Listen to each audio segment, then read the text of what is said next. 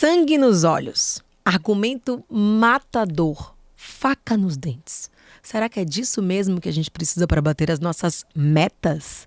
Pois é, o papo de hoje vai fazer um contraponto a todas essas questões, onde a gente vai abordar sobre gentileza e humanização no mundo dos negócios. E não é papo fluff, não. É como que a gente constrói resultados consistentes e como que a gente faz valer a pena para todos os envolvidos no rolê. Bora nessa?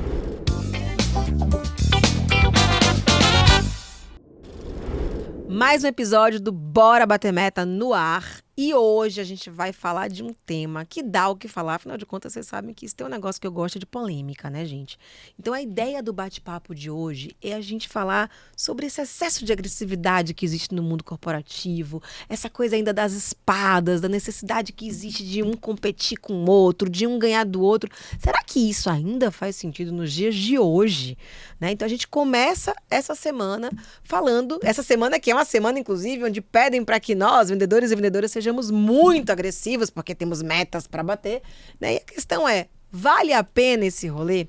Então, para poder falar aqui sobre gentileza no mundo dos negócios e fazer um passeio de como que isso se conecta, né, a vendas, a marketing, eu trouxe uma pessoa aqui que é uma super especialista, uma mulher que tem uma carreira brilhante na área de marketing, no mundo B2B, né, que é mentora, que é advisor, que é LinkedIn Top Voice, que é Carol Nucci, ou Carolina Nucci para os íntimos, porque no caso dela eu percebi que é o contrário, né? Carol é o de Carol. trabalho, né?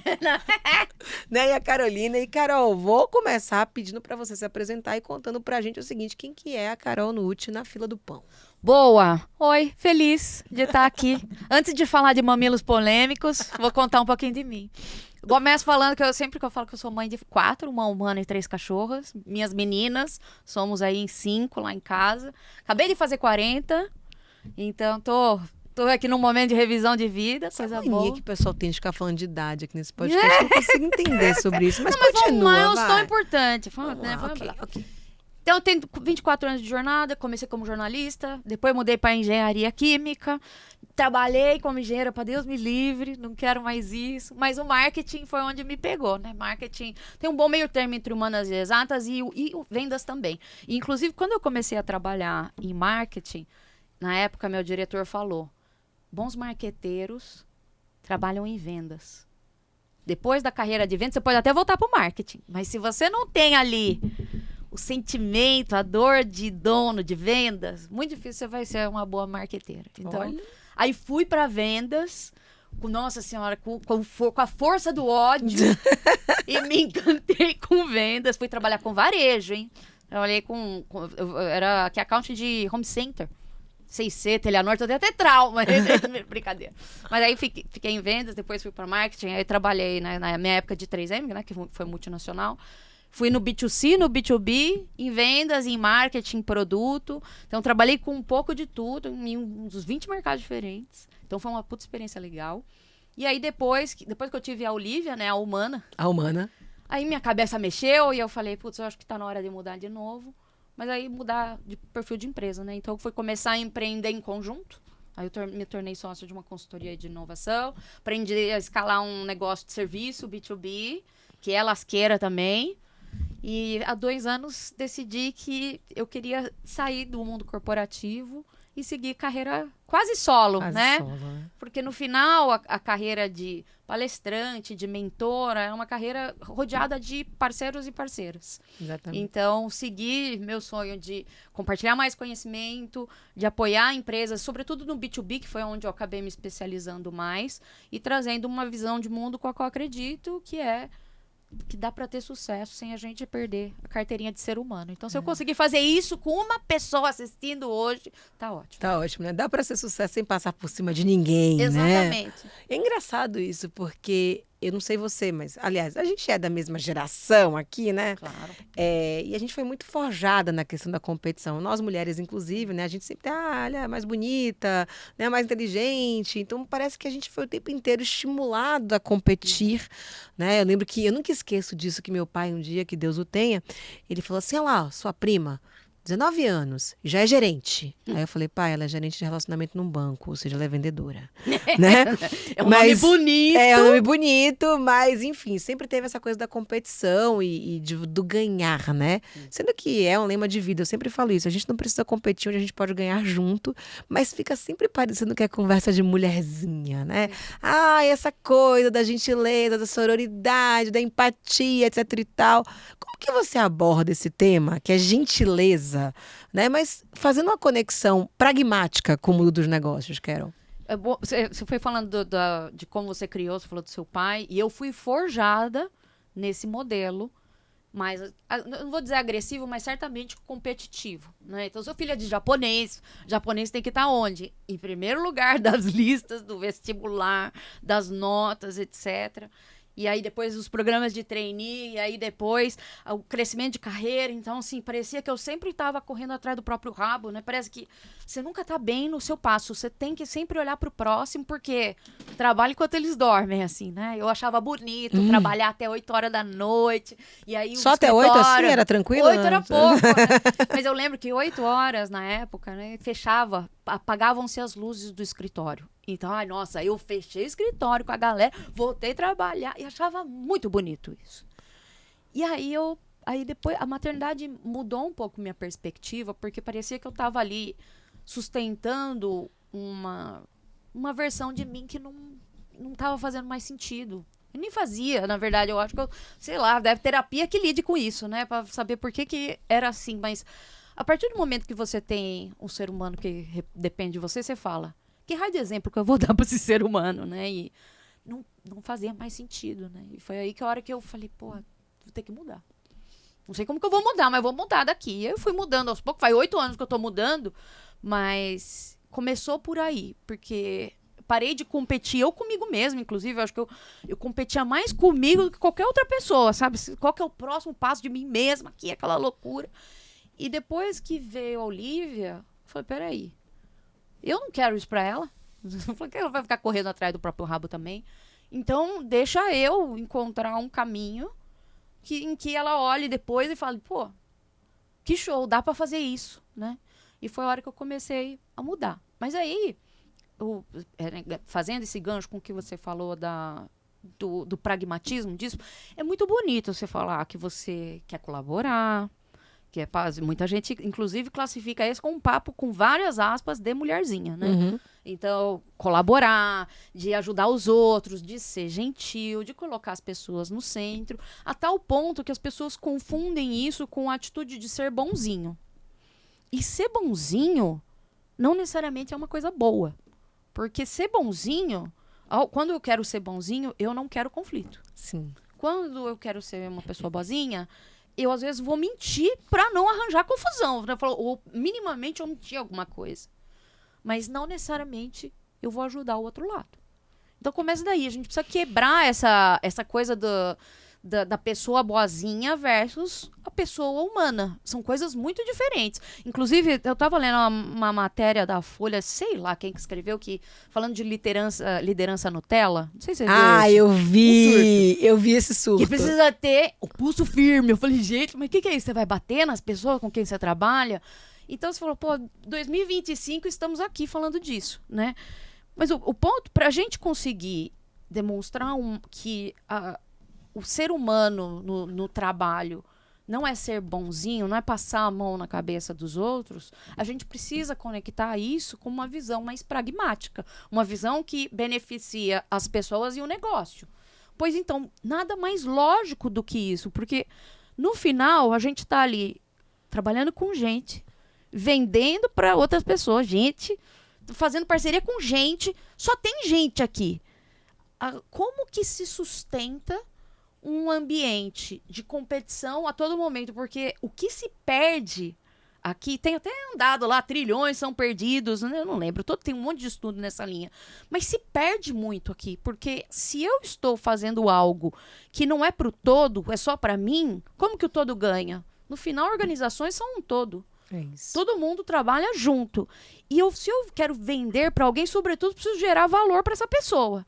Para eu gerar valor para essa pessoa, eu preciso entender. Eu não preciso empurrar um produto que ninguém quer comprar, que não serve para ninguém. E quero me comunicar com essa pessoa num canal que ela já não usa, entregando de um jeito que ela não quer receber e fazendo com que ela use um produto que eu falei uma coisa, vendi outra e entreguei outra. Muitas abas. Muitas abas. Muitas abas. Deixa eu começar a organizar esse rolê agora que eu sou host, gente, achei muito chique isso, né? Ser host de um podcast. O meu papel agora é ficar tentando destrinchar e trazer para nossa audiência como é que isso se aplica no dia a dia. E você trouxe vários pontos que eu acho que são importantes. O primeiro, sem dúvida, é a maternidade, né? Acho que a Dani Junco tem uma frase que é: ninguém segura uma mulher que deseja ser exemplo para os seus filhos. Então, eu acho que nós somos uma geração diferente das nossas mães, né? Que quer ser mãe e quer trabalhar. A gente não quer uma coisa ou outra, a gente quer as duas coisas. A gente quer poder ser mãe em todo o tempo possível e quer ser uma executiva e quer ser empreendedora, né? E quer mudar o mundo todo o tempo possível. Então, assim, isso já é uma diferença. Então, que mundo é esse que eu preciso criar, né, para que meus filhos sejam beneficiados por ele? Acho que esse é um ponto que a gente pode abordar aqui. E o outro é essa questão mesmo da própria humanização, né? Porque eu costumo dizer que as empresas, elas não são formadas por pessoas. As empresas são as pessoas. São as pessoas. Né? Infelizmente não, né? Ainda não existe. Daqui a pouco o Elon Musk com certeza vai inventar isso, né? Uma empresa sem gente, mas ele humano vai ter que ter inventado. Então, vamos partir deste lugar. E acho que desromantizar essa visão é você entender que, assim, nada acontece se as pessoas não se mobilizarem para tal. E a gente vê esse desafio, né? Eu também li esse artigo da Liderança Nutella e ele também me chocou um pouco. E ele me chocou não pela escrita, mas pelos aplausos, né? Porque nada me choca hoje em dia nesse sentido, mas quando a gente vê que tem tanta gente que pensa dessa forma, isso dá um pouco de frustração, porque você falou, tô lutando tanto, pra quê? Mas desapontada, assim, mas não surpresa, né? Pois é. Né? E acho que, assim, não é nem que seja um trabalho de formiguinha, mas não é porque... Se fosse uma pauta que tivesse vencido, a gente não precisava estar lutando por ela. Né? Então, faz parte do jogo. Mas eu queria que você tentasse trazer pra gente, Carol, de uma forma muito pragmática, assim... Como é que eu aplico gentileza ao mundo dos negócios? Né? Você já deu aqui um exemplo de vendas, né? Mas liderança e vendas, o que significa liderança humanizada? O que significa, na sua perspectiva, uma venda humanizada? Como você traduz isso e como que isso se torna algo benéfico para quem pratica, para a empresa que estimula isso e para o próprio cliente? Boa. Eu gosto de falar que a gentileza é a tangibilização da humanização. E ela é uma lógica de construção de relacionamento, de conexão. Quando eu vendo, eu quero me conectar com o cliente que está do outro lado. Quando eu lidero, eu quero me conectar com as pessoas que estão trabalhando comigo, são meus pares, são do meu time. É uma lógica de conexão que coloca as pessoas no centro. Então, eu preciso entender essas pessoas, mas antes eu preciso me entender. Como que eu vou ser gentil para os outros se eu não sou gentil comigo mesmo? Eu preciso entender o que me move, eu preciso entender a minha essência, como que o meu propósito, minha razão de existir, está ali para ajudar a outra pessoa. Seja eu como líder, seja eu como negócio, seja eu como pessoa de vendas. Começa comigo. Mas depois que eu me entendo, eu preciso entender o outro. E por isso que a gente precisa trabalhar de forma empática. Eu preciso ter a coragem de compreender uma perspectiva que não é minha. Porque eu sei de mim, e eu sei dos meus pensamentos sobre as pessoas. Mas eu tô vendo, eu tô escutando essas pessoas de verdade. Então, demanda eu entender algo que não é confortável. Porque eu posso pensar que o cliente, que o meu time quer isso ou aquilo, mas isso são só as vozes da minha cabeça. Ouvir de fato o que está acontecendo do outro lado já é outro negócio. Provocar essa escuta empática, né? E ter eu e o outro, entendi o outro.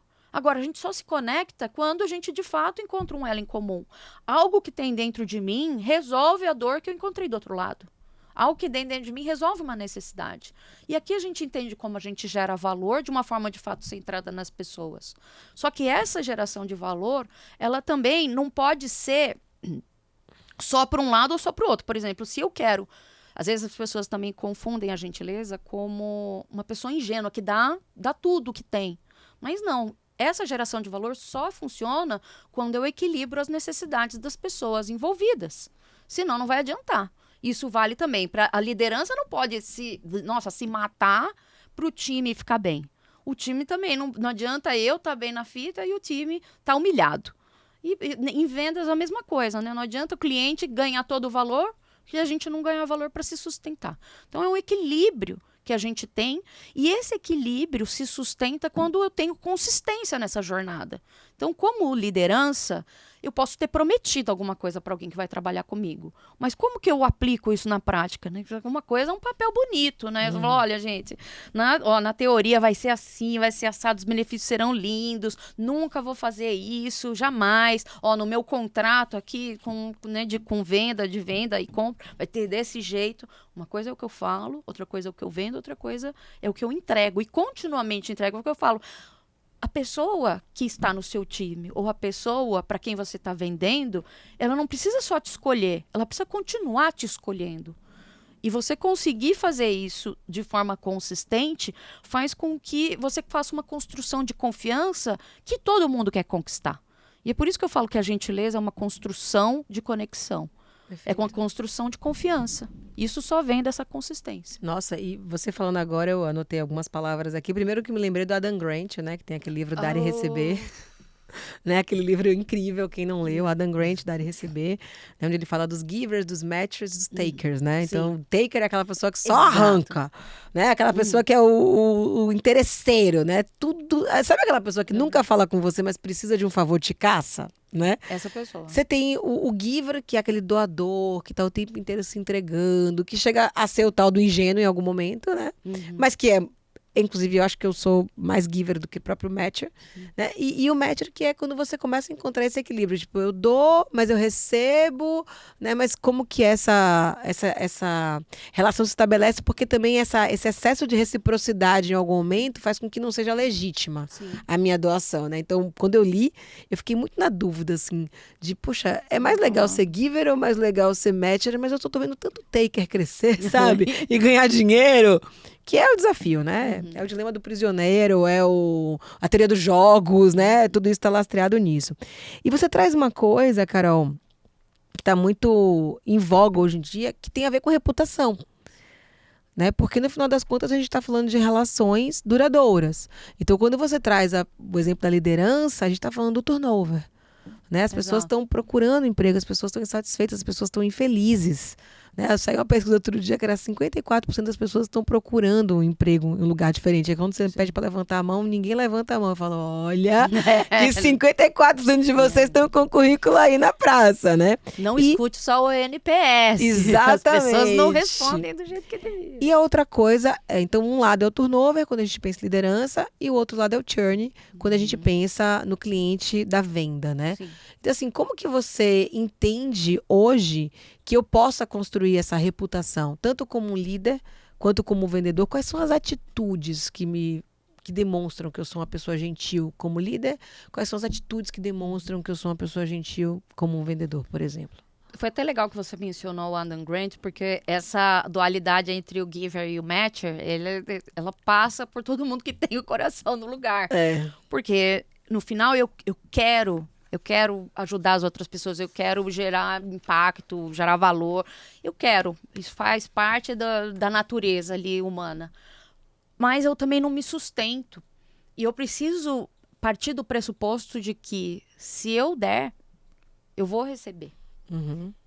Muitas vezes a confiança se constrói a partir do seu gesto. Não adianta eu sair pedindo, porque se eu sair pedindo, eu sou taker. Mas eu preciso também mostrar o impacto daquilo que eu estou pedindo e eu preciso começar dando. Isso vale tanto para uma proposta tangível de valor, seja ela proposta para uma pessoa do time, ou mesmo a proposta de valor de uma solução, de um produto, serviço, mas isso vale também para a relação. Porque quando eu, por exemplo, quero que as pessoas sejam autênticas comigo, se eu não sou autêntico, como que elas vão ser? Se eu quero que as pessoas sejam vulneráveis comigo e que elas tenham o espaço para trazer a opinião delas, para compartilhar aquilo em que elas acreditam, como que eu vou pedir isso se eu mesma não estou sendo vulnerável, honesta, transparente e colocando as coisas, dando minimamente contexto para que as pessoas entendam o que está acontecendo? Então, não tem como eu pedir dos outros se eu mesmo não estou disposta a fazer aquilo. Não dá para eu pedir, por exemplo, a lealdade de um time ou mesmo de um cliente, se eu não estou disposto a colocar o meu na reta ali. Então, para mim, parte, sim, de uma atitude generosa, para que eu acredito que aquilo que tem uma conexão, que isso volte para mim também. Então, e para mim é um ato de coragem, porque e aí tem tudo a ver, né? Eu gosto muito também, né? Você falou do Adam Grant. Ao lado de Adam Grant, pra mim, é a Brené Brown. Então, aqui, ó, e o Simon Sinek, né? E a Esther Perel, tem aqui, aquele grupinho ali. E aquele grupinho maravilhoso, que inclusive eles fizeram uma série de 3 podcasts maravilhosos entre eles. Mas a Brené, ela cita em algum dos livros dela sobre um discurso do Theodore Roosevelt. Do Roosevelt. Ela faz nos dois, tanto na coragem de ser perfeito, como na coragem para liderar. E ela fala que você precisa estar ali na arena, né? Então, quando você fala de vulnerabilidade, não é chorar o tempo inteiro, não é contar toda a tua vida para todo mundo, mas não, é você estar disposto a assumir o risco. E toda relação tem um risco. Quantas vezes a gente não escuta assim, o cliente não precisa saber disso. Isso aqui eu não. E se não achar legal? Eu coloco tantos ICs que eu não tenho o mínimo de coragem de falar, às vezes é um problema, eu tenho que colocar de fato, né, aqui, ó, o bode na sala. Mas, eu tenho que ter a coragem de falar, isso aconteceu, estamos fazendo, eu prefiro fazer isso do que omitir, esse daí estourar lá na frente. Mas vamos conversar aqui, aconteceu isso aqui. Eu estou fazendo isso e aquilo para resolver. Eu acolho aquilo que você falar para a gente resolver junto, mas o meu objetivo aqui é resolver. Isso é tão mais honesto e exige tanta coragem de fazer que, para mim, a construção de confiança, ela vem daí. Mas é muito difícil. Né? Você pisou você gatilhou várias coisas aqui na minha pessoa neste momento, né? Que tem a ver com essa coisa da inteireza, né? Eu costumo dizer o seguinte: diga a minha verdade e eu me afastarei. As pessoas não estão acostumadas a dar feedback, a receber feedback. A gente fala tanto sobre esse tema, né? Numa das empresas que eu trabalhei, da mais recente, inclusive, a cultura do feedback, as pessoas não falam, elas fingem que tá tudo bem.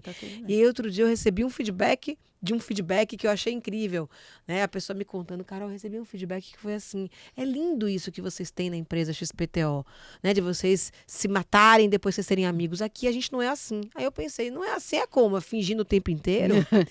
Né? Porque assim, não é o padrão.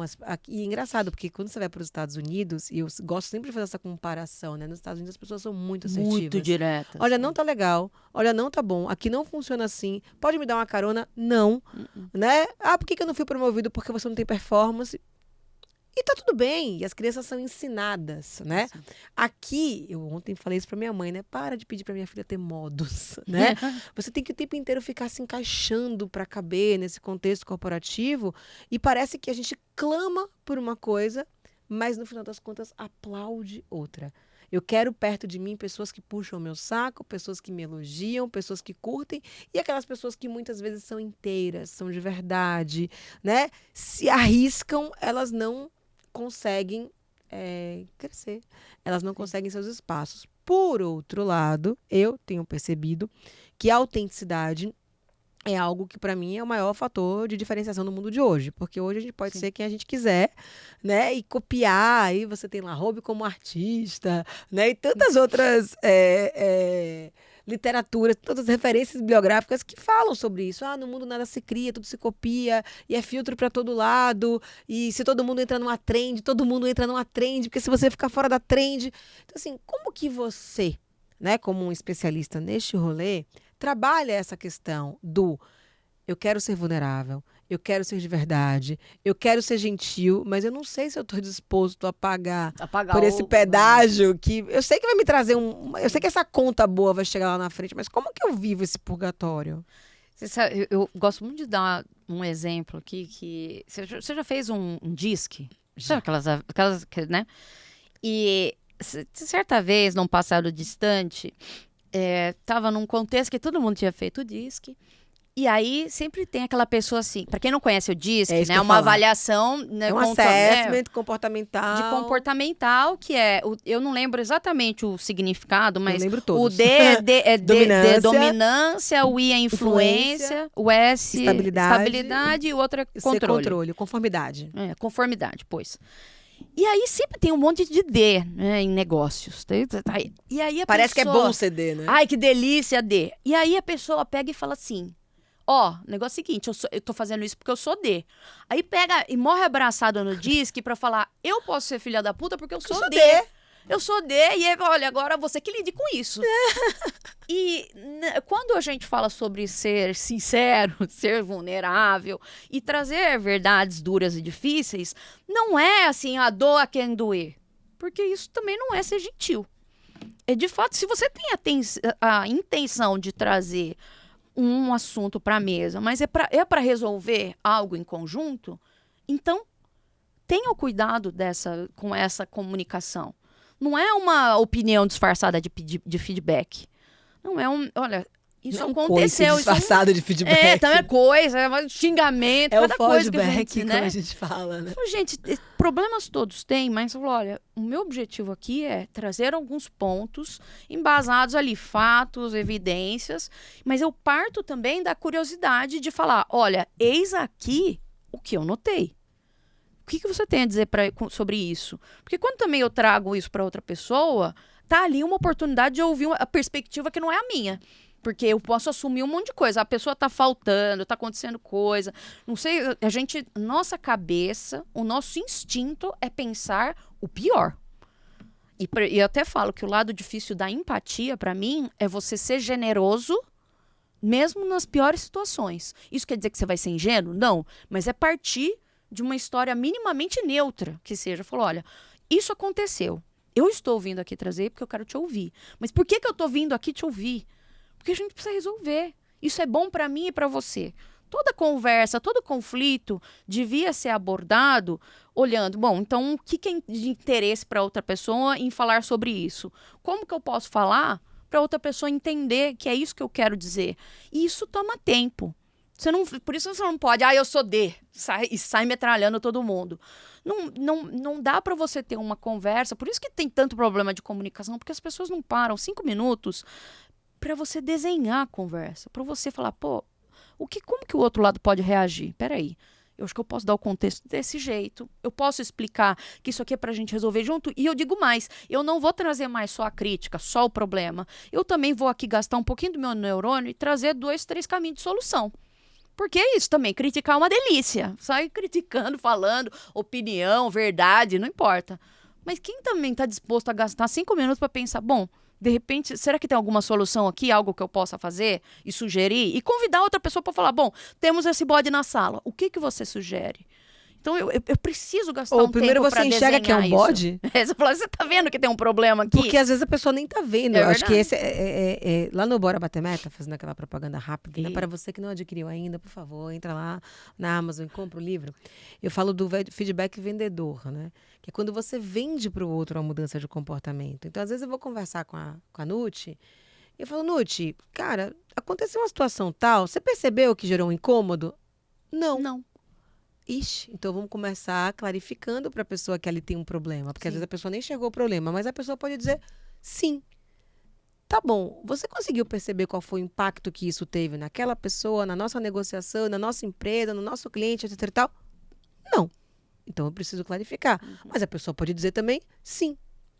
E você acha que esse impacto foi positivo, negativo, ou ele poderia ser diferente? Agora refletindo melhor. Porque tem um pouco desse lugar, né? Da gente ajudar o outro a ampliar a consciência dele sobre esse desafio. Eu li um livro recentemente, que eu tenho falado em quase todos os podcasts que eu gravo, inclusive, chamado A Sabedoria da Natureza. Né? Que ele fala que o ser humano ele evolui em camadas. Então, às vezes, eu estou numa camada acima da sua, eu já consigo enxergar coisas que você ainda não consegue enxergar.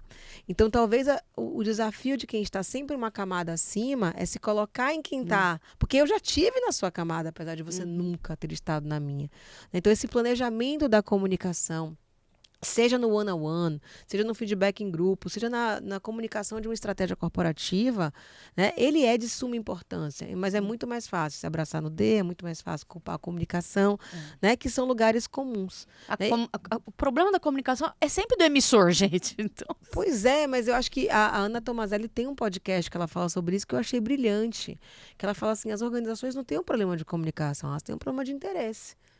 Porque é aquela história, se eu estou interessado naquele assunto, eu vou atrás daquela informação. Então também tem um pouco sobre isso. É muito mais fácil culpar o eu não entendi ou você não foi claro. E aí o que acontece? O que eu vejo muitas vezes, e a gente está vivendo hoje uma gravidade dos problemas de saúde mental, que parece que você é maluco. Não é porque você fala assim, mas eu falei, eu perguntei, todo mundo entendeu, agora o pessoal está culpando a minha comunicação. E tá uma grande confusão. Né? Eu não sei se você tem algum dado, algum case que mostra assim, tá bom. Né? O que torna, né, esse processo menos desgastante? O que torna uma venda melhor feita? O que torna uma estratégia de marketing mais efetiva? O que torna uma liderança mais competente a partir do momento em que eu consigo trazer a gentileza? Não é nem para a mesa, né? É para o modus operandi do rolê. Para quem quiser depois, pode me mandar mensagem. Nos últimos 2, 3 anos, eu fui buscar dados. Você falou, de cabeça, eu não vou lembrar nenhum, mas eu tenho muitos estudos das fontes que a gente ama. Né? Então pega Harvard, Gartner, Forrester, não sei o quê. Todos os logos que todo mundo adora. Web, Brené Brown. Todo mundo adora e tem uma lógica, porque essas pessoas passam a vida pesquisando. Você vê, o Adam Grant, ele parece que só solta tweet, mas todo tweet ele fala, isso veio do estudo XPTO, bolinho, né? E eu fui buscar porque eu falei, bom, deixa eu ver mesmo se são vozes da minha cabeça ou se tem um embasamento. E o que eu descobri foram muitos estudos que mostram que a gentileza no ambiente de trabalho e o que reverbera, né, dentro desse ambiente de trabalho para fora, ela é benéfica para os negócios. Então, tem dados que as empresas se tornam mais lucrativas, o turnover diminui, clientes ficam com você por mais tempo. Então, dados não faltam. Então, se alguém estiver duvidando, eu tenho literalmente um doc uma lista de estudos que tem ali, sei lá, os últimos 2, 3 anos de estudos bastante consistentes nessa linha das fontes que a gente adora. Legal. Mas o que convence é quando a gente lembra sempre da história. Né? Sempre que a gente traz uma história de como a gente deixou de comprar de algum lugar, geralmente a gente precisa estar no lugar do cliente para a gente entender, né? Como no lugar do colaborador, para a gente entender. No lugar do líder é difícil, né? No lugar do... Uma história que eu tomei a coragem de contar depois de um tempo, é muito similar com a da Ingrid Guimarães, que ela falou um tempo atrás.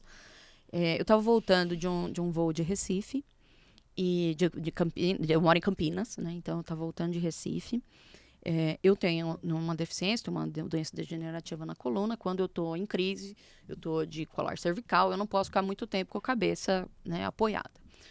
Mas tudo bem, eu tenho meu cordãozinho, tudo certo, né? Mas as pessoas não assumem isso, porque elas olham para mim e falam, tá aqui uma pessoa que não parece ter deficiência alguma. Isso posto, o que eu faço quando eu viajo? Eu sempre pego uma cadeira que eu tenha mais espaço para reclinar. Eu pago por isso, né? Para que eu tenha esse espaço para eu apoiar a cabeça. Eu sempre ando com um travesseiro na bolsa, com um colar cervical, para eu conseguir, porque o voo é uma tortura para mim, porque eu não consigo me mexer.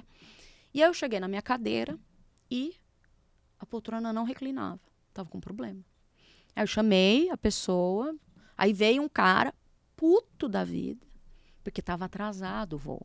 Eu falei, olha, minha cadeira, que eu estava de colar cervical, não é que eu, assim, dava pra ver que tinha... Inclusive, eu estava ali, ó, toda... E ele falou, olha, o negócio é o seguinte, sua cadeira está quebrada, ou você sai, ou você senta, era uma cadeira no corredor, no fundo. Aí primeiro ele falou, você pode ir lá na cadeira no fundo? Eu falei, eu não posso, por causa disso, daquilo. Eu falei, então você vai ter que sair do avião. Eu falei, moço, eu não vou sair do avião. Eu só preciso de um lugar para apoiar a minha cabeça. Falei, minimamente eu preciso de um lugar na janela, porque aí na janela eu apoio e isso me alivia. Ele falou, não tem o que fazer, você tem que sair do avião agora. Nisso, assim, o avião inteiro olhando pra minha cara, aquela coisa toda. Caos, pânico e medo, de várias discussões depois. Tinha um casal na nossa frente que cedeu o lugar e foram muito gentis comigo, inclusive. Mas eu voltei desse voo humilhada, chorando, porque assim, parecia que estava todo mundo olhando para mim, o voo atrasou, parecia que eu era a culpada de tudo. E aí você pode falar, a culpa é do cara? Não necessariamente. Porque certamente esse cara tem uma meta. Ele tem uma meta de que ele tem que tirar o avião no horário, custe o que custar. Alguém falou isso para essa pessoa. E ela foi lá e levou isso a cabo. E aí, como essa pessoa que está pressionada, ela não tem a segurança psicológica, está estressada, está pé da vida, para olhar para outras pessoas de forma empática, para falar, pô, essa menina, não posso fazer isso com ela. Tá vendo? Tá humilhada aqui, né? Não vou fazer isso. Mas ela não tem espaço na cabeça dela porque ela tá tensa, né? E isso faz com que a gente quebre a conexão. E com a quebra da conexão vem a quebra da confiança. Você quer voar de novo naquele lugar, nessa companhia? Você não quer. Você fica puto da vida. Mas no caso da companheira, você vira refém porque você não Porque tem tem muita opção. poucas. Mas quantos serviços são esses que a gente fala, eu nunca mais vou comprar daqui. Eu nunca mais vou... Nossa, e além de não comprar, eu vou falar pra todo mundo que isso aqui é uma merda pra ninguém comprar também. Porque a falta de gentileza, ela contagia tanto quanto a gentileza. Então não é melhor eu contagiar Pela gentileza. aquilo que é bom? Porque aí tem um monte de estudo daquele lugar que a gente, um monte de lugar que a gente ama que mostra. Uma cultura gentil, ela se espalha. E isso reverbera na experiência dos clientes, isso reverbera na experiência das pessoas colaboradoras. Isso é uma grande joia. Isso vale a pena espalhar. Vale a pena espalhar a falta de gentileza? Ela reverbera da mesma forma. Então eu tenho 2 caminhos. Qual que eu vou seguir? Quando a gente lembra e você evoca essas lembranças, de todas as vezes que você ficou puto da vida, você fala, pô, posso estar deixando alguém do outro lado puto Sim, também. Sim. E acho que tem um ponto aí que você traz que me lembrou muito a história do TMA, né, do telemarketing. Eu fui, para quem não sabe, eu tenho essa história, eu fui supervisora de cobrança, né? Supervisora de cobrança. E uma das coisas que eu tive, eu nunca tinha trabalhado em telemarketing na vida, eu não trabalhei como atendente, eu já cheguei como supervisora. E a primeira coisa que eu falei, depois de entender o contexto, eu falei, por que a gente tem um tempo médio de atendimento? A gente não quer que a pessoa pague? Ah, quer, mas é que a gente tem muita gente para cobrar. Eu falei, mas o que é mais efetivo? A gente falar com muitas pessoas, né? Ou a gente converter as pessoas fazendo isso com um pouco mais de qualidade? Ah, Carol, não tem qualidade porque aqui o pessoal tem que seguir um script. Né? E aí vem script, TMA, meta. Olha, eu falando da meta, mas parece que em algum momento a gente se perdeu. Né? E uma das coisas que eu trouxe comigo do ano passado, quando eu estive na NRF, não esse ano, mas do ano passado, é que a corrida que a gente vive hoje não é uma corrida para o ser humano se tornar digital. Isso é imperativo. A corrida que a gente vive hoje é para o digital se tornar humano. Porque a gente vê gentileza na Netflix. Olá, Carolina, que bom ter você de volta. Né? Porque quando você conversa com um bot, ele tem seu histórico. Ele te dá bom dia, boa tarde, boa noite. Ele pergunta se está tudo bem. Ele pergunta se pode te ajudar. Né? Ele acaba... e hoje com a inteligência artificial conversacional, a gente chega num nível de hiperpersonalização que muitas vezes o ser humano não alcança. E, por outro lado, você tem um desafio, que são seres humanos que foram, durante algum momento das suas vidas, robotizados por uma pressão absurda em relação à produtividade. E hoje a tecnologia chega para dizer assim, ó, não precisa você mais ser assim. Né? O que for padronizado, a gente vai colocar numa máquina. E a gente vê uma falta de autonomia. Né? Então, assim, como que eu prezo por humanização e como é que eu traduzo essa história da humanização, porque eu estava conversando aqui com a Nuti antes, que outro dia eu vi corrida de táxi humanizada, e eu fiquei pensando o que seria uma corrida de táxi robotizada ou digitalizada ou qualquer coisa desse tipo. Mas eu acho que vale essa reflexão, né? Porque parece que está na moda, mas na verdade é um chamado ao ser humano. Então, como que você enxerga essa coisa da humanização versus o excesso de robotização do ser humano, e como que a gente sai desse lugar comum e desse uso desmedido da palavra humanização no mundo dos negócios? Muitas vezes você encontra muitas pessoas que falam assim, olha, meu atendimento é humanizado porque eu boto a minha cara. Muitas vezes as pessoas falam assim, num perfil, você quer humanizar o seu perfil de rede social? Bote a sua cara, bote gente. Numa conversa virtual, remota, abra a sua câmera. E as pessoas confundem a humanização com a face humana, com o corpo porque humano. adianta você ter um perfil humanizado, mas ser atendido por um bot dentro do direct. Então, mas aí, cria-se o bot com a cara do humano, então aí eu humanizei, entendeu? Então, eu tô humanizando o que é digital. Isso, exatamente. E não é... Isso é legal, não tô falando que isso não é. Isso é uma forma de conexão, isso é um pedaço. Mas não é só. Então é importante a gente ter esse cuidado. Não adianta eu abrir a minha cara e todo mundo ver e aquilo que eu tô falando não é verdadeiro. Não adianta eu abrir a cara e eu fazer algo que pode até gerar alguma coisa para uns, mas não gera para outros. E para mim, esse é um gap de tecnologia importante. Não adianta. A tecnologia é um meio, ela não é um fim. Não é falar, nossa, você quer estar preparado para o futuro? Polvilhe seu negócio de IA, sabe? Igual você polvilha tomada na casa. Fala, deixa eu polvilhar aqui que vai dar certo. Mas esse é o meio, não é o fim. Então, se eu quero aplicar a tecnologia, que seja para resolver algo para alguém, mas sem atrapalhar ninguém. Né? Então, não adianta eu fazer uma tecnologia maravilhosa que resolve um monte para este grupito aqui, só que em detrimento de A, B e C, que pode ser, inclusive, as pessoas colaboradoras da empresa. Então, se entrega tudo ao cliente tudo. As pessoas colaboradoras, o quê? Cliente no centro, colaborador para o escanteio, né? Então, você tem uma inconsistência. E falar de humanização é falar de consistência em todos os pontos da jornada. É um olhar sistêmico para isso. Então, não abrir a câmera e mostrar a cara é um ponto de contato na jornada? Mas não é o todo. Porque se eu faço isso e no antes e no depois eu ajo contra isso, não adianta também. Então, se eu for pensar do ponto de vista de aplicações da tecnologia no contexto organizacional, pessoal, whatever, a tecnologia tem que estar lá, acima de tudo, para endereçar essa necessidade de alguém e, de forma sistêmica, ser benéfico para o todo. Se não é aí onde a gente começa a questionar. Quando a gente começa a falar, por exemplo, sobre o papel de redes sociais. Você fala, nossa, um surto, olha o tanto de coisa ruim que está acontecendo, mas tem um monte de coisa boa também. Eu preciso diminuir o que é ruim e no balanço tem que ser melhor para as pessoas. Caso contrário, você tem um desbalanço aqui, você está mais gerando problema do que trazendo solução. Isso vale para todas as jornadas. Seja se eu individual, sou eu com o meu time. Puxa, não adianta eu resolver tudo para uma pessoa do time, não resolver para outra. Se eu estou falando isso do ponto de vista de negócios, adianta eu, por exemplo, entregar tudo para o cliente, mas eu pegar os meus distribuidores, o canal e detonar, trabalhar o canal com margem desse tamanhinho, não adianta, não é sustentável. Então, esse olhar para colocar as pessoas no centro é, de fato, olhar para toda a jornada. Porque senão o negócio desbalança. Uma hora vai quebrar o elo. Perfeito.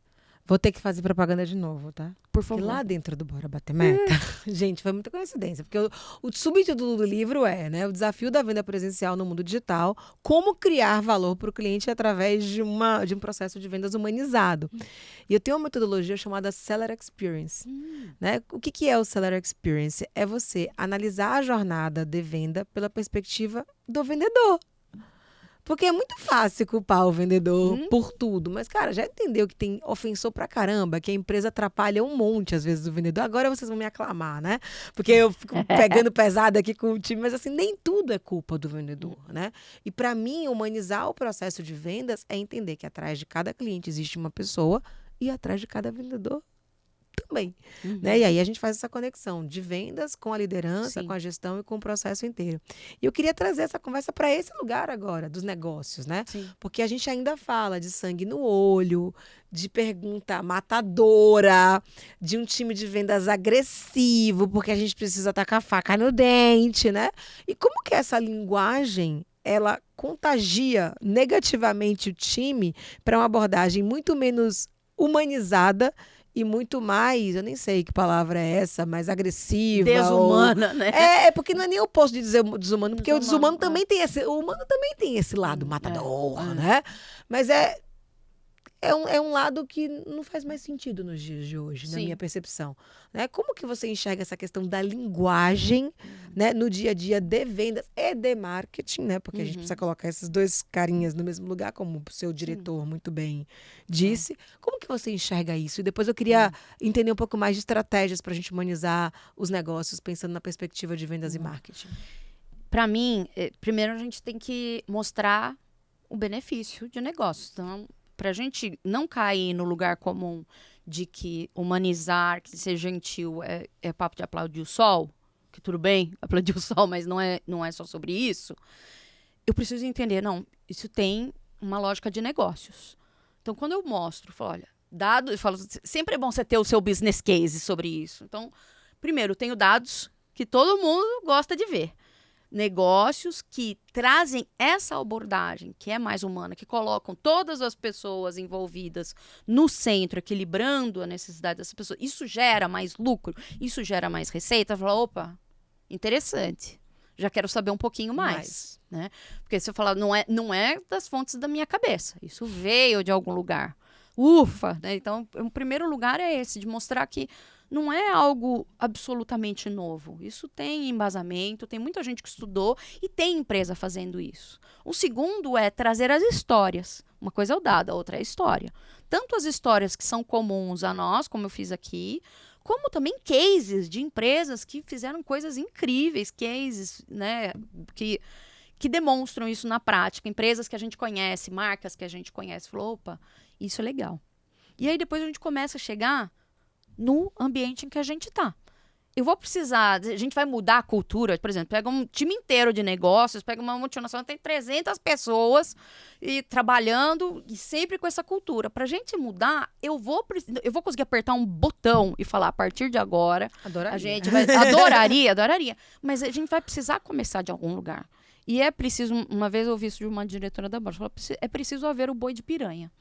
A pessoa que vai testar a água, né, e vai falar, pô, uma abordagem aqui diferente faz sentido. Você precisa ter uma liderança que fala assim, com o meu time eu vou testar algo diferente. E combinar com o time. Combinar com o processo, time. né? Falar, olha, eu quero testar uma abordagem, eu quero ouvir vocês. Eu quero que vocês falem para mim, porque eu também vou falar para vocês. Eu quero que a gente tente escutar o cliente, a gente possa melhorar a experiência do cliente, entendendo que dessa forma a gente vai conquistar a confiança desses clientes. E eu quero que no longo prazo a gente mostre esse resultado. Então eu preciso ter um bom de pirâmide, eu preciso ter uma primeira pessoa que fale assim, olha, o meu jeito de gerir é diferente. Para todo mundo falar, pô, e não é que funciona, né? Dá certo, porque aí eu saio do dado para a história que cria empatia, para estar aqui do meu lado. E isso acontece. Quando eu trago, eu falo, pô, tem um case em que a gente conseguiu, de fato, parou o que estava fazendo, para ouvir o que o cliente está falando, para ouvir onde estão os problemas, para conversar de fato e trazer isso em ações para o negócio, falou, isso aqui deu resultado.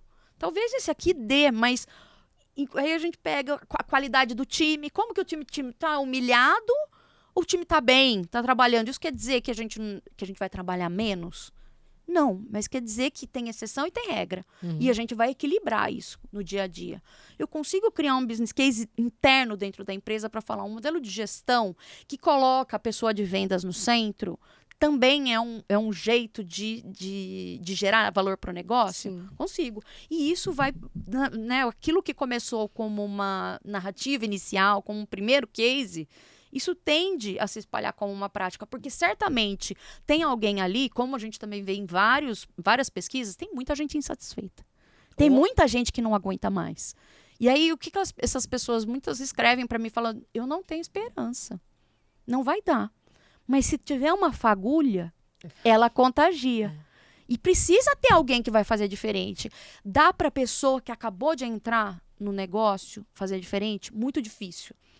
É preciso que as pessoas que alguém banque essa conta. Então, as pessoas que têm algum poder de decisão, elas banquem isso. Então, eu gosto de falar sobre igualdade de gênero no ambiente de trabalho. É preciso aquela mulher líder, ela seja o exemplo para trazer mais líderes e eu preciso ter alguém que vá bancar ali. Né? É o que você fala sobre abrir espaço para caber mais gente. Eu sorri na hora, você viu, né? Eu nem falei isso. Eu falei, ai, que delícia. Mas tem que ter alguém que vai bancar isso. E a partir do momento que tem alguém que banca, tem alguém que presta atenção e fala, opa, eu vou também. E eu vou também. Tem que ter o boi de piranha. E parece que a gente está vivendo uma... Né? Parece uma curva, assim.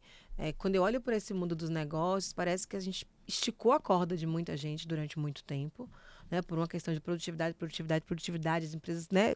Primeiro assim, globalização, competição, margem pequena, preciso que todo mundo entregue mais. Mas agora chegou a tecnologia que disse assim, ó, gente, só para lembrar, agora, tudo aquilo que fazia a gente gastar uma energia absurda, a gente resolve com tecnologia. Agora vamos voltar a ser humano, né? E eu queria muito que você trouxesse isso para esse contexto de marketing e vendas, pensando o seguinte, o que você vê hoje de estratégias ou de ferramentas que são utilizadas, que vêm com esse olhar de menos topo de funil, meio de funil, máquina de vendas e mais...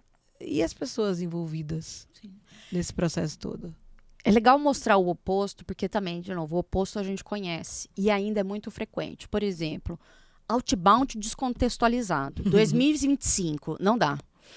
Pô, eu não trabalho mais em uma grande corporação. Eu sou empreendedora quase solo. E eu ainda recebo mensagens, assim, 10 por semana, 15 por semana, falando assim... Carol, a nossa solução, ela é... Olha, sabe quem eu tenho como cliente? Oracle, SAP. Eu falei, gente, por que essa pessoa está tentando vender para mim? Socorro, Deus. E é assim, é uma perda de tempo que é dupla. É minha e dela. Essa pessoa gastou algum tempo para me mandar essa mensagem. Nem que seja para automatizar alguma coisa para me mandar essa mensagem, mas ela mandou. E ela gastou meu tempo ganhou de ranço, ler. E ganhou ranço, E ganhou né? ranço. E eu tenho ranço de muita marca, de muito negócio de tecnologia que até poderia ser, mas eu tenho raiva, porque essa pessoa não percebeu, não gastou 30 segundos olhando meu LinkedIn. 30 segundos. Não, porque não tem uma pessoa, tá tudo automatizado. E aí você fala, putz, isso não ganha. É melhor eu fazer 10 conexões com cuidado do que sair jogando 1000 É a qualidade e esperar versus que a quantidade, né? E, pô, isso é um exemplo que todo mundo consegue sentir na pele, seja porque faz e toma os nãos na cara, seja porque recebe e não aguenta mais. Quem aguenta ligação de telecom? Eu descobri agora que dá pra ir naquele site Não Perturbe, né? Eu fiz isso agora, gente, que negócio maravilhoso. E porque funcionou? Funcionou. Porque tem duas, né? Uma de cartão de crédito todo dia, 5, 6 vezes por dia, e a outra é uma operadora de celular. Né? Que assim, eu falo, gente, o que a empresa ganha com isso? Meu ranço, meu ódio. Meu ódio. Assim, eu estou cogitando fortemente trocar minha companhia de telecom, Só de porque raiva. ela mesma me liga para falar que você quer comprar. Eu falei, meu filho, o que mais você precisa fazer? Eu já estou fidelizado, mas agora você está me fazendo questionar essa fidelização. Todo mundo sente isso, gente. Mas é a história da taxa de conversão, né? Que eu sempre trago isso. Alguém comemorou comigo outro dia, porque minha empresa está indo muito bem, ela está com 25% de taxa de conversão. Eu falei, realmente, comparado ao resultado das demais, é uma taxa de conversão ok. Mas já parou para pensar que 75% dos seus clientes estão dando na tua cara? Estão dizendo não para você? Com e talvez ranço. fiquem com ranço, exatamente. Não, 75% é bom. No geral, você pega assim, pegando a estatística também, Gartner, isso é recente, menos de 2% de abordagens frias, elas geram reuniões. Então, assim, ou seja, você tem que fazer 100 para gerar 2 reuniões. A pergunta é, se eu fizer uma reunião, você para de me ligar? É quase isso, pelo amor. E esses 2 foram assim, acuados, né, completamente reféns. Falam, pelo amor de Deus, então eu vou fazer. Mas o que existe hoje que é o oposto disso? Então, ou que chega, né, num lugar diferente? Que é essa parte do ranço, a gente já sabe. Todo mundo sente. Mas é importante sair daqui, mas você fala, pô, por que você continua fazendo? Então, porque antes de você mandar uma mensagem, então vou pegar desde a coisa mais simples, que é fazer uma abordagem de prospecção. Toda pessoa de vendas tem que fazer. Não estou falando que não tem que bater na porta da pessoa. Mas você já pensou em entender essa pessoa primeiro? Você já pensou em entregar algum tipo de valor para ela que não é simplesmente tacar um e-book na cara dessa pessoa? Falando, pelo amor de Deus, lê esse meu artigo que não tem nada a ver com você. Mas você falou, pô, às vezes é simplesmente você ver sobre o que essa pessoa está falando. Você não é um nível de stalker, né? Mas é o mínimo de se ver assim, pô, essa pessoa está falando sobre isso. Falou, eu botei reparo. Olha que legal, né? Pensei nisso. Se você encontrar essa pessoa num evento e escutar essa pessoa, não só tentar vender, mas primeiro perguntar, pô, me conta um pouquinho do seu negócio. Me conta um pouquinho dos desafios que você tem tido sobre bolinho que você faz. Pô, aí você fala da solução, porque de repente nem faz sentido, mas se não fizer sentido também, indica para outra pessoa. Você tá ali você interessada. Você vai acumulando informação para um dia. E essa pessoa um dia vai voltar. Porque esse tipo de comportamento volta. Eu brinco que já falei várias vezes com times de vendas meus, falo, olha, o que é para ser nosso de verdade, um dia volta. Então, pô, se eu tô de fato numa abordagem de vendas, estou conduzindo uma oportunidade de vendas em que eu genuinamente escutei essa pessoa, e aí, pô, de repente não deu certo. Mas, pô, olha, te indico isso, de repente esse caminho pode ser legal, conversa com fulano. Tem tantas formas de você gerar valor para a pessoa que não são sua solução, e você pode indicar ela para um evento? Pode. Mas você também pode fazer uma ponte inesperada. Falou, pô, você tá tendo esse desafio? Outro cliente meu também tá. De repente, isso é uma ponte legal. As pessoas não sabem fazer networking, se você faz por elas, elas vão amar. De repente, você faz um conteúdo específico sobre o que essa pessoa falou na reunião. Você falou, pô, você falou sobre isso, conversei com o time aqui. De repente, isso aqui pode te dar algum insight. Cara, um podcast que eu ouvi semana passada, né? Me lembrou você. Me lembrou você. Pô, pode ser uma curadoria de 3 links. Sonhei com você pro Sonhei cliente com não você. vale, né? Bote reparo aqui. Mas isso exige escutativa. E talvez seja o primeiro comportamento que a gente tenha que treinar no time aqui. A escutativa do meu cliente. Pô, eu vou fazer toda uma campanha B2B. Puta, deixa eu entender a jornada desse cliente. Será que eu tô divulgando no lugar certo? Porque acontece muito isso, né? Você fala, cria toda uma campanha, vamos pegar bem caso de marketing. Aí eu crio um evento XPTO que cai no e-book X e não sei o quê. Gente, mas isso aqui é só para inglês ver. É para converter uma vez e não voltar nunca mais. Se eu não estou analisando isso, eu estou colocando essas pessoas no centro. Quantas vezes a gente não fez um e-book que não deu em nada? E esses leads sequer receberam qualquer outra coisa depois. Você nem sabe se foi bom ou não. Você tem a coragem de pegar alguns e perguntar se gostaram? Se encontrar em algum lugar, falou, pô, te mandei isso. Quantos tem essa coragem? Porque dói ouvir, né? Aquele mesmo diretor falava, dói tomar canelada tomar chute na canela. Mas, quando você toma um chute desse, isso direciona a sua estratégia para algum lugar.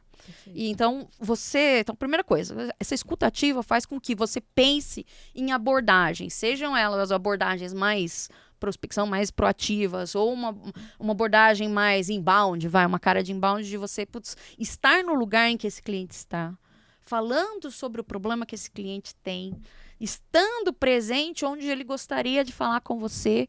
Isso tudo é estratégia de negócio que o povo não faz. Então, eu falo que é óbvio, mas óbvio também precisa ser não só dito como feito. A gente pode fazer. Então, quando eu falo, por exemplo, de centralidade no cliente, que para mim tem uma conexão grande com humanização, eu estou falando sobre coisas que são óbvias. As pessoas falam, nossa, mas eu converso com o meu cliente. É claro que você conversa, eu também converso. Mas você escutou seu cliente? Não é sobre conversar. Eu encontro sempre no evento XPTO. Mas você conversou? Você gerou algum valor que esse cliente não estava esperando? Essa pessoa que está ali? Não. Então não adianta. Não adianta. Você, de fato, a visão que você tem, você pegou marketing e vendas. A visão que vendas tem do cliente é a mesma que marketing tem? Uau! É tão básico quanto isso. Eu falo, não tem. Eu falo, tem 3 perguntas que eu gosto de fazer em empresas, que é, se eu fizer a pergunta para marketing, vendas e CS, coitado, CS ainda fica mais lá pobrezinho. Fazer pergunta, quem é o seu perfil de cliente ideal? As pessoas vão responder a mesma coisa? Se você perguntar, qual que é a sua proposta de valor para esses clientes? Eles vão responder a mesma coisa? E falou, como que é a jornada de compra desse cliente? Você conhece? Eu duvido que as 3 áreas vão responder a mesma coisa. Porque, no geral, é óbvio, mas a gente não faz. E isso é humanização one-on-one, né? É a base da base. Eu fazer as coisas que as pessoas... Eu saber para quem eu gero valor, saber como eu gero valor para essa pessoa, e a gente tá alinhado em como eu faço isso na jornada inteira. É simples como isso, mas faz. Essa é uma lógica simples. É lógico. Gente, é engraçado, porque a gente teve, eu, a Fernanda e a Ana Pio, que estão aqui nos podcasts anteriores, a gente teve juntas lá na NRF, né? Que é na verdade, a National Retail Federation, que tem um evento, né, chamado Big Show, que acontece em janeiro, e depois de ouvir, sei lá, quantas palestras, participar de não sei quantos eventos, a gente falou, gente, vocês perceberam o que a gente percebeu? Todo mundo percebeu a mesma coisa, que é fazer o básico bem feito. Né? E o básico bem feito não está sendo feito. Por isso que eu falo, parece uma curva. Né? A gente antes, produtividade é máquina, quantidade de máquina de venda, volta que deu merda. Né? Agora vamos voltar a prestar atenção, vamos voltar a ligar, vamos voltar a falar com o cliente, vamos voltar a entregar um cartão de visita e uma agendinha. Porque é o que a gente está vendo nesse movimento hoje. As pessoas estão querendo espaço, como é que eu chamo atenção, como é que eu construo relevância, né? E a gente vê essa troca, né? Não é só relacionamento. Não adianta você conhecer o cliente tem que conhecer você também. E isso tem a ver com relevância. Enfim, tem 300 milhões de assuntos aqui que a gente poderia, mas nosso tempo está acabando. Triste. É triste e a gente vai ficar numa dívida, tá? Que eu já vou deixar aqui esse convite, porque a Carolina Nucci, Ela também é especialista em account-based marketing. Ai, eu adoro falar isso, né? Fala bonita aí pra mim, vai, fala bonita. Account-based marketing. Ai, que Ai, que delícia. Ai, é delícia. LinkedIn, Facebook. Você sabe que eu estive lá em Nova York no LinkedIn? E o cara falava... Aí eu falei, I'm going to LinkedIn. Aí ele, hã? Aí eu, I'm going LinkedIn. Aí ele, hã? Aí eu, I'm going LinkedIn. Aí ele, LinkedIn. agora eu entendi, né? LinkedIn, né? Socorro. Enfim, a Carol, ela é especialista em Account-Based Marketing. Ela tem esse curso junto com a Fernanda e a Sandra Turk lá na SPM. E, né, eu acho que é um tema que merece um aprofundamento, porque ele, no fundo, ele é isso, né? É como eu escolho melhor quem são os meus clientes, como que eu consigo chamar a atenção desses clientes, como eu consigo entregar valor desses clientes para que eles se tornem meus clientes, né? E Então, continuem meus sempre clientes, né? inclusive.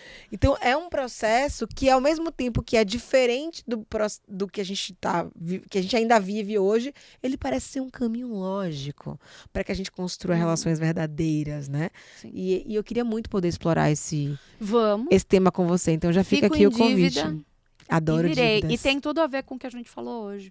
Tem Porque tudo. é o one-on-one, é a base da base de colocar os clientes no centro do B2B. E B2B nasceu de relacionamento. E permitiu o vendedor usar a inteligência dele a favor do negócio. Não é só sobre execução, é sobre pensar, né? Sobre relação, enfim. E aí tá com meio um monte de tecnologia ali, ó. Polvilhou sem ver para o que era. E aí deu no que deu. Pois é sobre isso. E aí, Carol, eu queria terminar aqui fazendo uma pergunta para você. Que a dica da Carol Nucci ou a dica da Carolina Nucci, você decida no final das contas como é que você quer esse rolê. Mas eu queria que você deixasse uma dica para os nossos telespectadores, para nossa audiência, né? Uma dica para bater meta de vendas e uma dica para bater metas da vida. Então, metas de vendas, metas da vida, e a gente encerra aqui o nosso rolê. A dica é a mesma para os dois, porque para mim, para bater a meta da vida e a meta do negócio, eu preciso entender como eu vou bater essa meta. Isso significa que eu preciso entender o outro lado. Para eu entender o outro lado, eu preciso partir menos do julgamento, da certeza, e partir mais da curiosidade. A gente foi ensinado a vida inteira que a gente tem que ter a resposta para tudo. E por isso a gente infere tanto. Mas a gente devia inferir menos. Se eu preciso bater meta, eu preciso descobrir onde está o gargalo. Eu preciso descobrir por que cliente A, B, C e D não está comprando. Onde que eu devia estar que eu não estou, que eu preciso trabalhar melhor em termos de alavanca, de presença. Mas eu preciso entender outro lado. Isso significa falar, eu não sei de tudo. Não necessariamente tudo que eu bolei no meu marketing, vendas, em CS, é aquilo que é a verdade. Então, deixa eu me abrir aqui para as minhas suposições, para as minhas dúvidas, para eu descobrir. Da mesma forma, se você quer bater a meta da vida, você precisa entender o que está do outro lado lá também. Entender onde que estão os gargalos, entender no seu funil da vida, onde que estão, né, os gargalos ali, porque em algum lugar está vazando. Certamente em algum lugar está vazando. Certamente tem fricção em algum lugar. Mas para isso você não pode acreditar que você sabe de tudo e que aquele plano que você desenhou no papel, ele é ipsis literis realidade. Se você se permitir ser mais líquido nesse sentido, eu gosto muito, tem um livro antigo, hein, que fala de modernidade líquida, né? E tem tudo a ver com a curiosidade para mim, porque se eu sou sólido, eu sei. E eu vou morrer abraçado com aquilo que eu sei, seja isso verdade ou não, faça isso sentido ou não. Mas se eu for mais curioso, eu vou ser mais líquido. Eu vou me abrir a novas possibilidades e vou descobrir caminhos que eu nem imaginei. Nada como uma boa análise de funil, conversar com o cliente, falar, tem um gargalo aqui, vamos entender por quê, vamos entender os motivos de perda, vamos entender, eu não sei, é assim, não, é 25% minha conversão e foda-se. Não, o que está por trás dos 25%? O dado, ele conta o que está acontecendo, mas ele não conta o porquê. Isso. O porquê precisa de curiosidade. Maravilhoso, olha... Acho que essa dica a gente fecha aqui com chave de ouro para bater metas de vendas, para bater metas da vida, né? Se abra para sua curiosidade, né? Mergulhe, infira menos, dialogue mais, se interesse mais pelo outro, né? Porque esse interesse genuíno faz com que as pessoas, inclusive, se abram para nos dar as respostas que a gente precisa para ajudar elas a se moverem junto com a gente, não é isso? Sim. É sobre isso? É isso. Então, finalizando aqui o nosso terceiro episódio, lembrando a você... se inscreve no canal, deixa seu comentário, compartilha, né, com pessoas que Por vocês acham que são favor. interessantes, né? Isso. Siga a Carol Nucci nas redes sociais, Instagram, LinkedIn, TikTok. Ela só não tá no Tinder porque é casada, brincadeira. Mas assim, estamos nas redes sociais, afinal de contas, e ela compartilha. Eu tenho falado muito isso, né, com todo mundo que vem aqui. Acho que a gente tem que ser omnichannel, né? Então, assim, o podcast é um lugar que você consome conteúdo de alguém, mas você tem hoje as redes sociais, né? Newsletter, a Carol escreve para um monte de lugar, é professora de um monte de lugar. Então, se conecta Vão nela, atrás. né? Vão atrás. Não tem porque desculpa. tem muita coisa pra gente aprender. E Quero, muito obrigada Muito por ter de aceitado nada. esse convite. Eu sei que é uma E fica semana a fase desafiadora, 2. né? E já fica aqui o convite pra gente poder falar de Irei. ABM. Me cobrem, tá? Então, tchau, galera. Pode dar seu tchau aí. Tchau, gente. E Até bora a bater próxima, meta. Que vai vir. Tchau.